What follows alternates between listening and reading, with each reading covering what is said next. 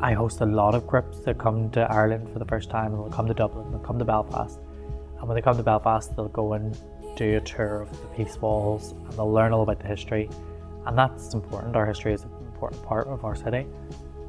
But actually where Belfast is now and where we're going, is a lot more exciting than what's happened over the last 50 years.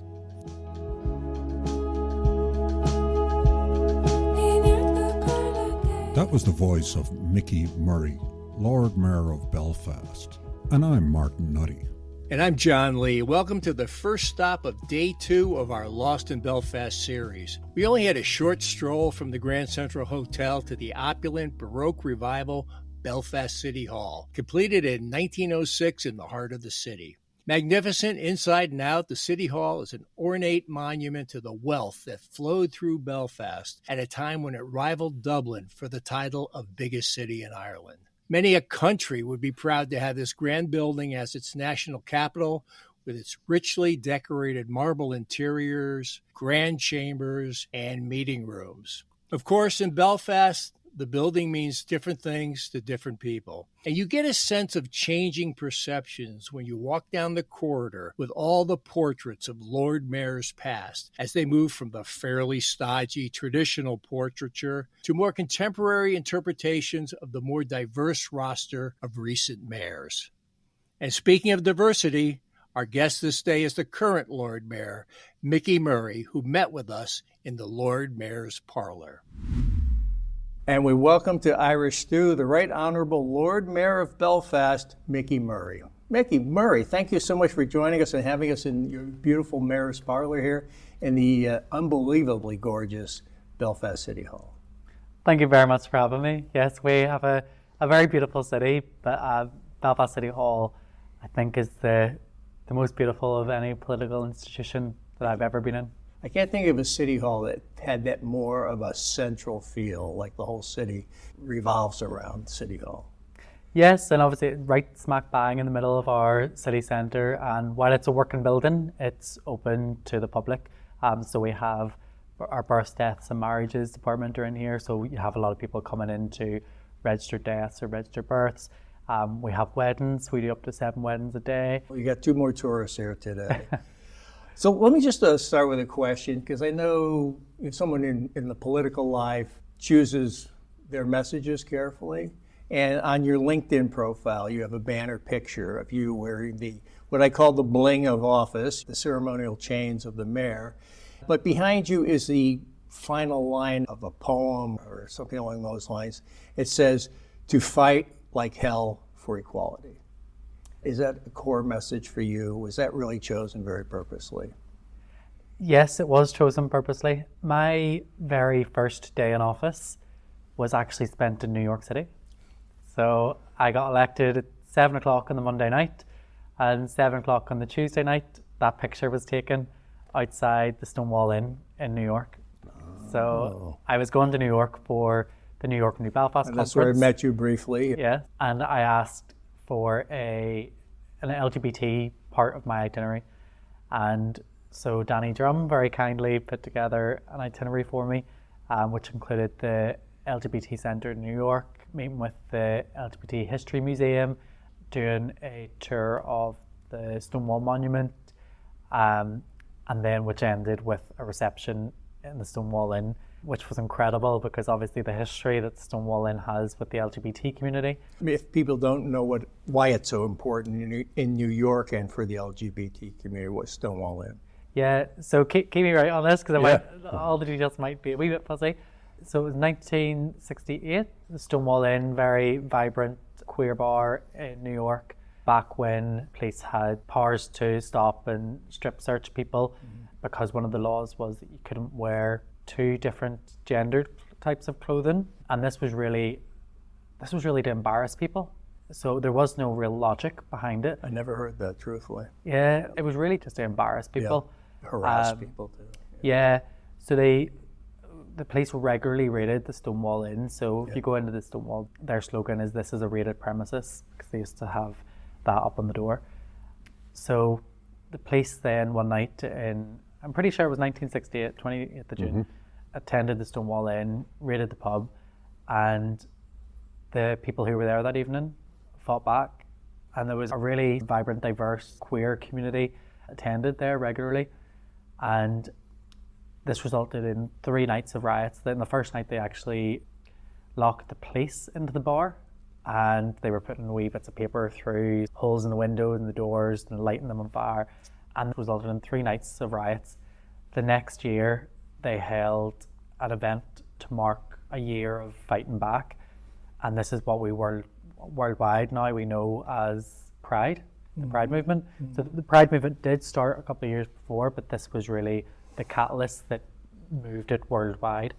So the Stonewall has a really deep history with the LGBTQ plus community, and so it was really special for my first official speech as Lord Mayor, even though I'm Lord Mayor of Belfast, was given a speech in this really historic space of the Stonewall Inn with loads of different people there. There were former speakers of the New York Assembly, there were council members from New York, former council members. And Danny Drum was a longtime city council member. Yes, Danny Drum. Very friendly and receptive to Irish initiatives and LGBT, obviously, as well. Yeah, there was leaders of organisations. There was Tom DiNapoli was there.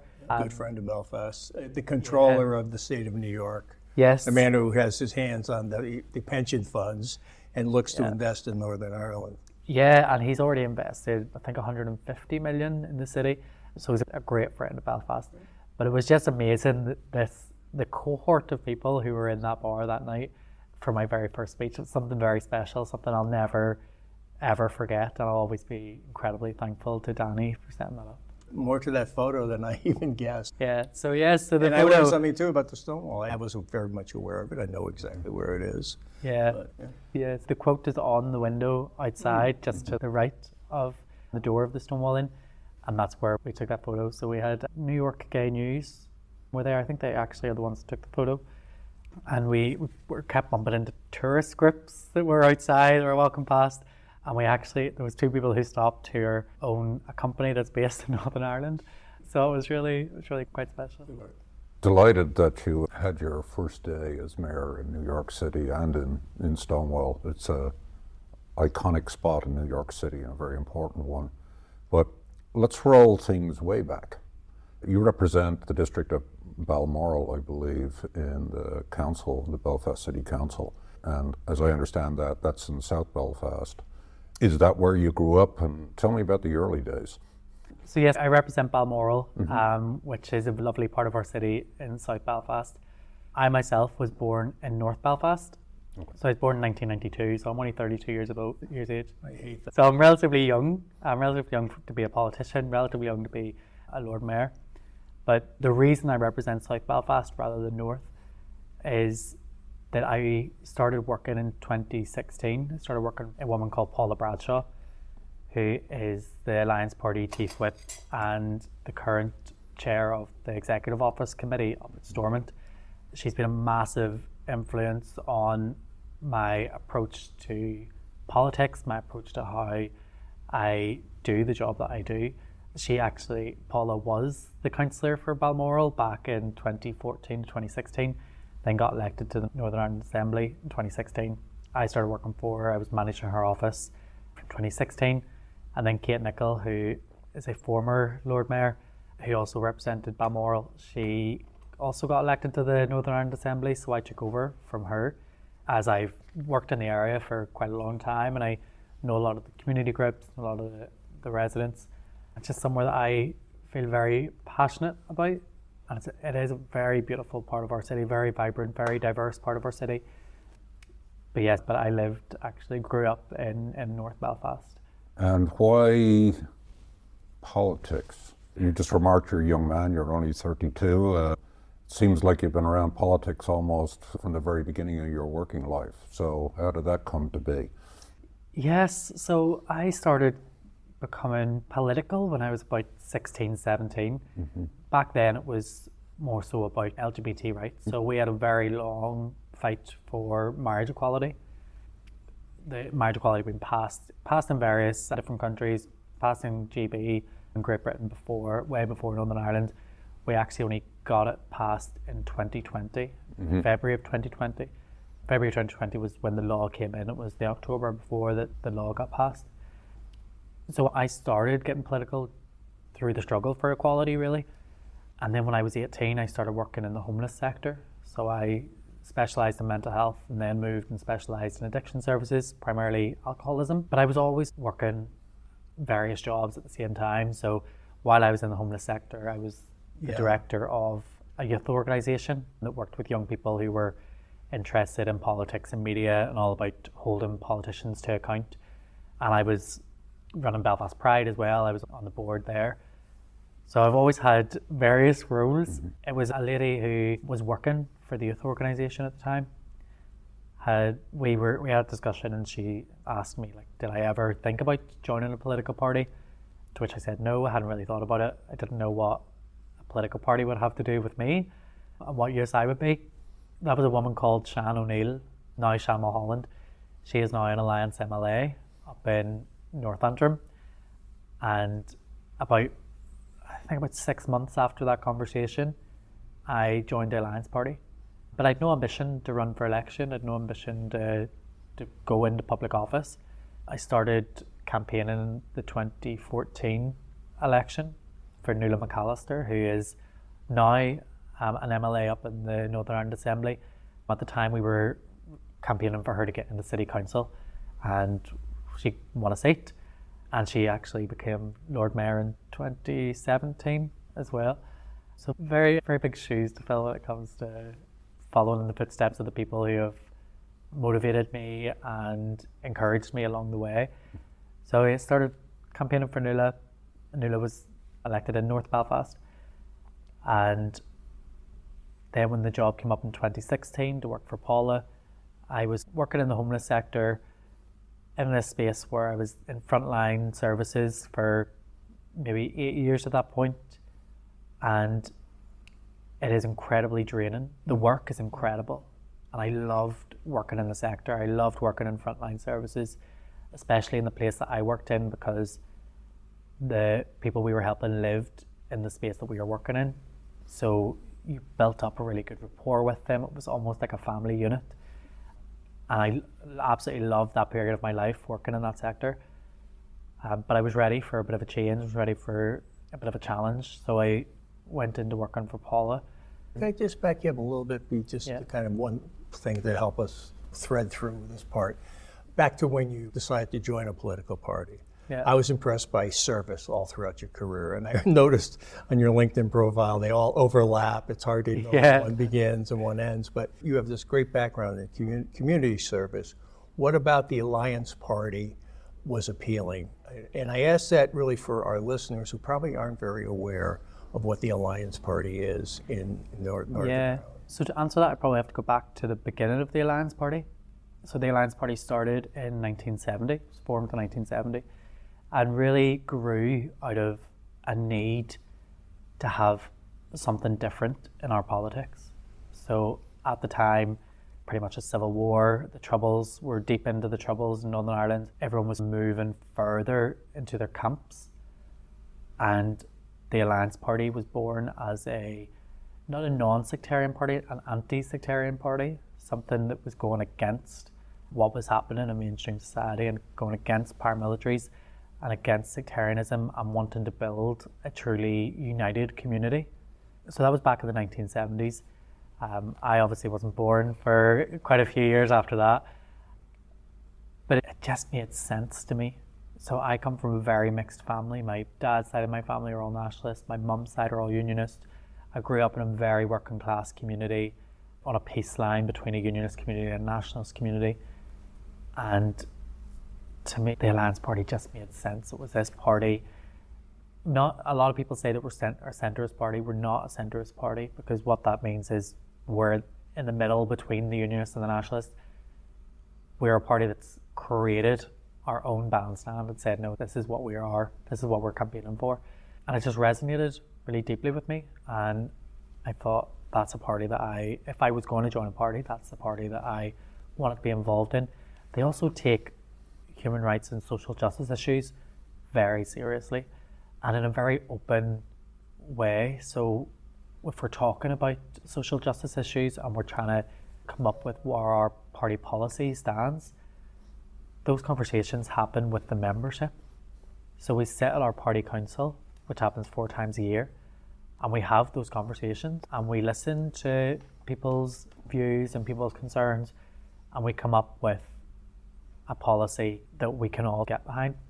But it's a fluid policy. It's a policy that we know that a year down the line, society might have changed, our views might have changed, and you need that in politics. A lot of people say, oh, you said such and such in 2007, or that's not what you voted for in the 1990s. But you need to be able to move your policies along with the progression of society. And that's what I really liked about the party. So I joined then, and I think it was 2013 I joined. And then when the job came up and I started working for Paula, and I got a real insight into the inner workings of politics and the inner workings of the Northern Ireland Assembly and the Council and how decisions are made. Given the rather tortured history, which thankfully has settled down over the last 25 years in Northern Ireland, it strikes me, you as a gay man growing up in Northern Ireland, the sectarian nature of politics, which still persists to some degree, wouldn't leave a lot of room, I would think, for issues like LGBT type issues. Is that a fair description? Because if you're all consumed by a sectarian conflict, there's no space to talk about other things that are more important. So it sounds like Alliance provided that for you. Do you see the other parties now broadening out from this narrow focus on traditional conflict? Or do you believe that Alliance is creating a kind of a gravity field that says, okay, we're trying to get to a normal space right now? How do you look at that going forward? Yeah, no, that's probably accurate. The past 50 years, there was a huge sort of focus on the Troubles and addressing good relations within Northern Ireland and tackling sort of those issues and talking about paramilitarism. And that created a vacuum where sort of LGBT issues were not really discussed. There was no sort of real push for LGBT rights within mainstream politics. There was obviously people campaigning for rights. We got decriminalisation in the 80s. We didn't really move much further than that in terms of bespoke LGBT legislation. We got civil partnerships in the 2000s, and it wasn't until in 2020 where we got marriage equality. And parties are, and over the past period since the Good Friday Agreement in 1998, have been more social justice viewed. Some of them will always want the status quo, and in fact having marriage equality is too far for them. Yeah. They would like it rolled back, although thankfully we haven't had anyone advocating that rollback. But parties are now more open to having those conversations, and we're in a space now where we're talking about all the legislation needed to tie everything together. So people thought marriage equality, that was the be all and end all, that was us done. Right. We were there. Yeah. But actually there are things like conversion therapy. So I started the campaign to ban conversion therapy in Northern Ireland a number of years ago. We're still waiting for legislation. So that's something we need tied up. But from that, you need to then make sure that people aren't taking people out of the country to go to conversion therapy camps elsewhere. So there's still that vulnerability. And then you're looking at trans healthcare, making sure we've access to trans healthcare. In Northern Ireland, we have a healthcare issue at the minute anyway, but even more severely for trans and non-binary people, where there aren't the resources being given to the gender identity clinic to allow them to medically transition. And so a lot of people are going private, which then creates a class issue. But then we know that LGBTQ people are more likely to face homelessness and poverty. So there's all these moving parts that all need tied together. And I'm a very firm believer in we can be equal under the law, but true equality is when you have equality in society and you're treated as an equal citizen. So you can have these laws that protect you, but if that doesn't follow through into mainstream society, then they're not doing the job that they're created for.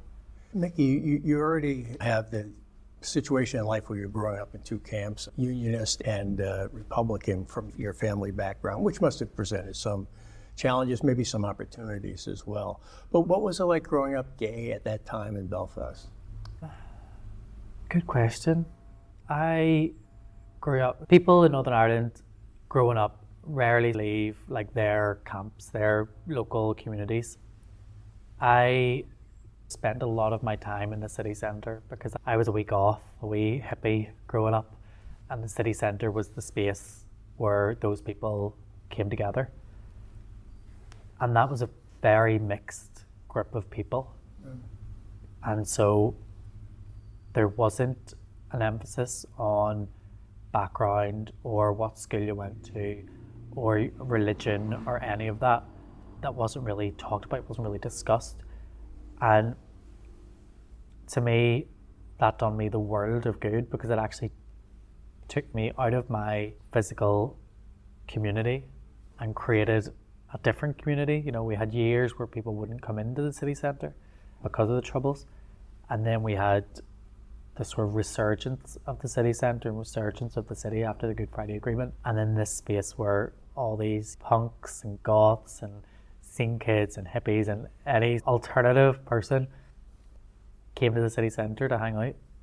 And so it created this sort of mixing bowl of people from all over the city with completely different backgrounds, completely different experiences. And in that, there were a lot of queer young people as well. So I grew up with a really affirming group of friends and a really affirming sort of community that I had created around me. And so I probably had a very different upbringing than maybe a gay kid growing up in rural Fermanagh, because I had those different opportunities of living in a city and being able to change what my physical community looked like. I was thinking, and we want to get into some other aspects of being the Lord Mayor and everything else. I have one more question on the LBG topic. Belfast seems to have embraced Belfast Pride now. It seems to be really a very popular, unifying moment. And you talked about parties and people needing to move into different decisions at different times in their lives at different years. Is there some way, it sounds to me like the Pride Day, the Pride movement is opening up some common ground among all the different communities that they share that allows them to come together in kind of an unusual way. Definitely. So Belfast Pride started in 1991 and was a handful of people walking through the city centre, and there were sort of protests against them and people standing at the side of the road and sneering at them. And from what it was to what it is now is such an incredible difference. Now it is the biggest, most colourful, most diverse sort of celebration that happens on an annual basis in the city. And people look forward to it all year round. It's now a 10-day festival, with the parade being the biggest part of the festival. And within that, you have so many different communities being included. You have corporate organisations who come and support, and a lot of people think, should corporates be involved, should they not? I do think they should be involved, because if a business is willing to go out there and say, actually, we take equality seriously and we're willing to stand up for the rights of minorities, as long as that's reflected in their internal policies and how they run themselves as a business, then I think that's fine. We have charitable organisations from all different sectors getting involved. This year we had people like DePaul and Extern, who are organisations who work with homeless people in the city. We had Inspire and a lot of other sort of mental health organisations who were getting involved. We've obviously all the LGBT groups, the local businesses, the local council. We have churches getting involved and local community groups. So you have such a range of people getting involved, and the parade has grown that big that this year when I led it, because it's always led by the Lord Mayor, so this is the first time that we've had an openly LGBT Lord Mayor of the city. So by the time I had finished the parade route, parts of the parade were still starting. So I was actually able to do the parade 3 times because that's how big it's grown in the city. Just touching topic areas, I know that you refer to your work for the homeless in the city. Talk to us about housing challenges. I'm a believer in the notion of housing first approach towards homelessness, as opposed to some people, let's say folks that are suffering from substance abuse problems. Sometimes they say, got to get clean first before we put you into housing, right? So housing first is obviously get them into housing, let's work getting them clean, right? If that's the issue. And there's many reasons why people end up homeless. But I'm curious on your thoughts on taking care of homeless people in Belfast, and is there approaches specific to Belfast that are unique in your view? Yeah, so Belfast as a city is there's only 356,000 people.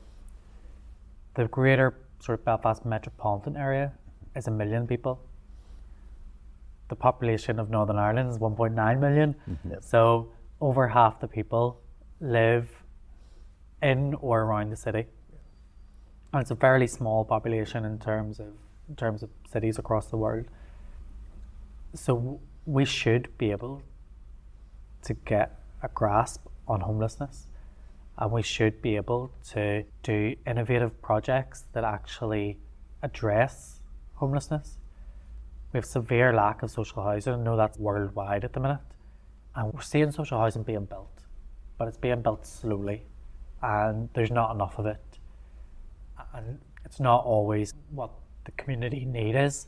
And we have a lot of hostels, a lot of temporary accommodation. It just seems to be repeating the cycle of what has happened over the last 20, 30 years, and there seems to be no real innovative thinking around addressing homelessness.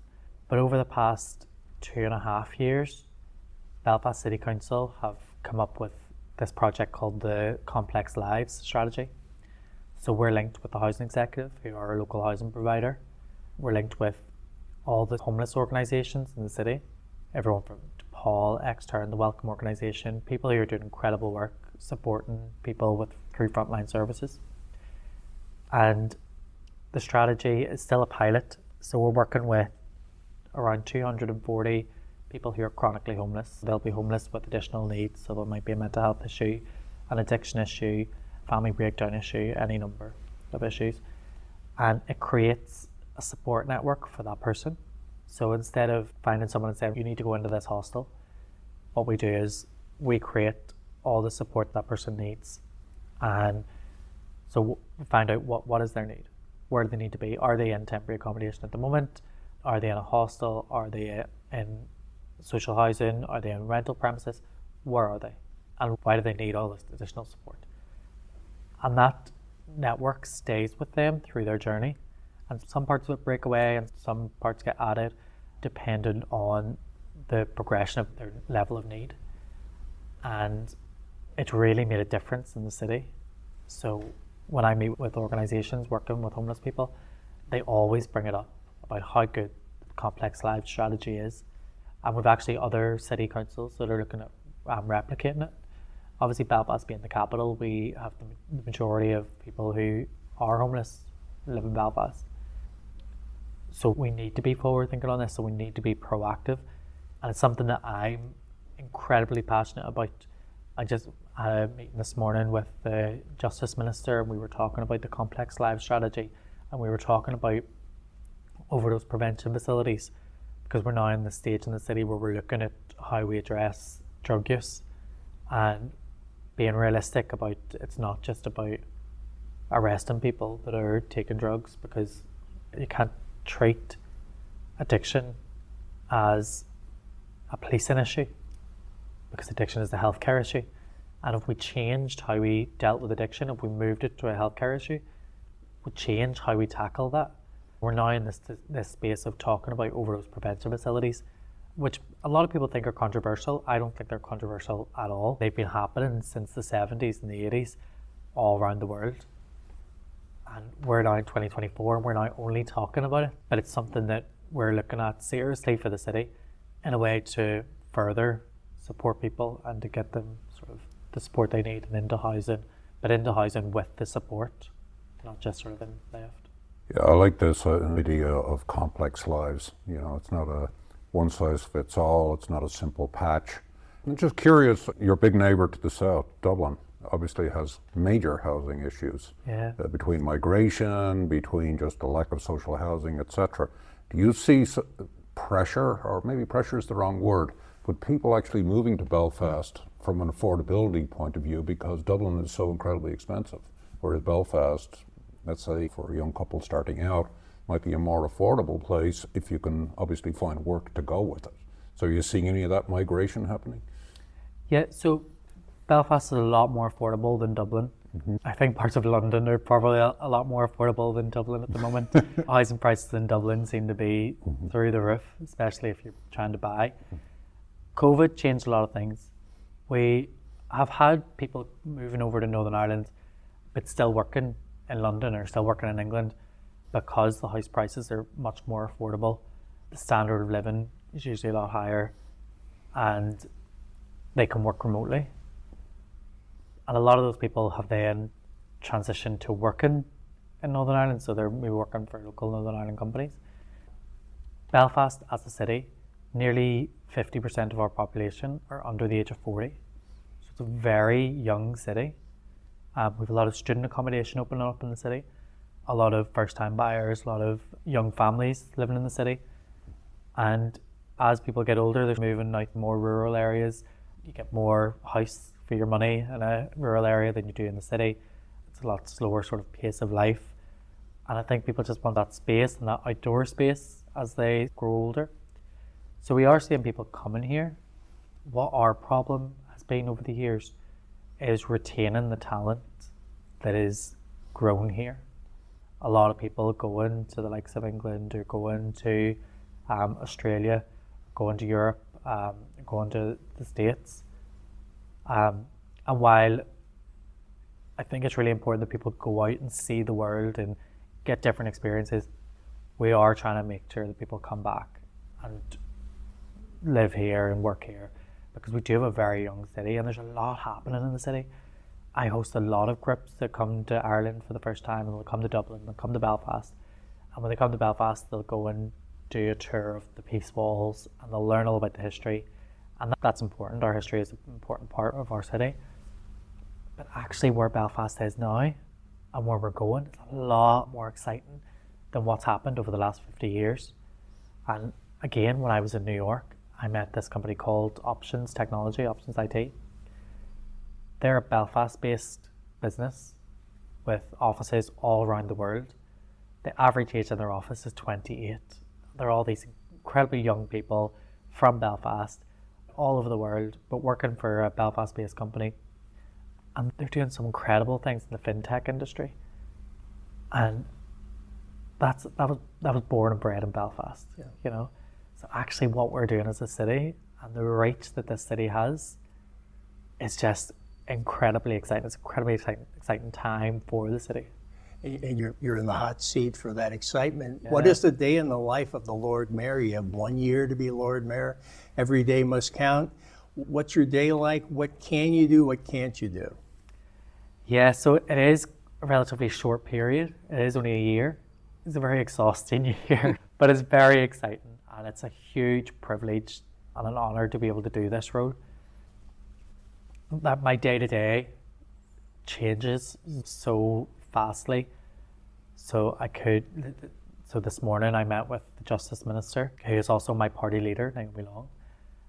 And then I was at a Diversity, Equity and Inclusion conference, speaking there. And now I'm here with yourselves. I've got a meeting after. I'm speaking at 2 dinners this evening, a dinner which you will both be at, which is part of the New York, New Belfast stuff. It's the Belfast Homecoming. Belfast Homecoming. Yeah. And after that, I'm going to a conference dinner that has people from all around the UK and Ireland. So I'm not sure if the Mayor of Manchester is coming, but I know the Mayor of Limerick is coming. And then you'll have days where it's more full on. Like today's quite a nice day. It's going and speaking at... That's because we're here. Yes, of course. Speaking at dinners, meeting people like yourselves, speaking at conferences. And then you'll have days where, last week I had the ambassador for Romania in, and we're talking all about the city and what the needs of their community in the city are and what sort of direction the city's going in. And I've had the ambassador for Timor-Leste in. They're looking to open up a general consulate here in the city, so we're talking through the logistics of that and how that works and what we can do to support them. And then you'll have days where you're going out seeing community projects throughout the city. One great thing about being Lord Mayor is you get to spend time in neighbourhoods where you would never have been in before, and you get to meet so many incredible people and see the great stuff that's happening at a grassroots community level in the city. And I have a wee book where I keep track of all these initiatives that are happening, so that next year when I carry on being a councillor, but when I finish being Lord Mayor, I can see what I can do in my part of the city, see where I can take that learning from. But it's just, every day is so vastly different, and it's incredible. We've talked about the Belfast business, the way the communities have come alive. How do we get the message to the tourist and the traveler? You've mentioned visitors. What are you seeing from people who come to Ireland, to come to Belfast maybe for the first time, or maybe hadn't thought of coming to Belfast? What should we tell them? The tourism industry in Belfast has blown up. There used to be, you would see the odd sort of walk-in tour here and there. We now have cruise ship upon cruise ship coming in. We have a very famous harbour, obviously where the Titanic was built. We have walking groups like bilingual walking groups all over the city. You'll see tour buses everywhere. But things like the work that we've done around local tourism and with our hotels as well. So I think 76% of our hotels are sustainable. So actually we're looking at the sustainability of the city and how we can create a city that is greener and is cleaner, and is looking at how we make the tourism sector sustainable. And we have so many things to come to the city for. If you're a history buff and you want to come and look at sort of the Troubles and what happened there, then yes, come along. We also have the Titanic Museum over in our new sort of developed Titanic quarter, where there are hotels, there's a social housing, there's a private housing, SSA Arena where we have all of our sort of big shows, and with Belfast Giants, our ice hockey team, where they play. Things like our Belfast Stories project, which we're working on, which is a multi-million-pound investment right in the city centre. And it's taken this old listed Art Deco building, and we're creating this vibrant community and tourism hub, which is going to tell the story of Belfast. But unlike anything else, it's going to be that sort of fluid sort of story, which I talked about earlier. And it's going to include all the communities around Belfast and actually tell the story of what Belfast is and where Belfast is going, and has the ability to change throughout that. But there's so many reasons to come to Belfast. We've heard about the film tourism and the Game of Thrones and other things that have... Yeah, so I was just about to say that. We have our film industry here is huge. Obviously, like Game of Thrones is one of the biggest ones that have come here to film.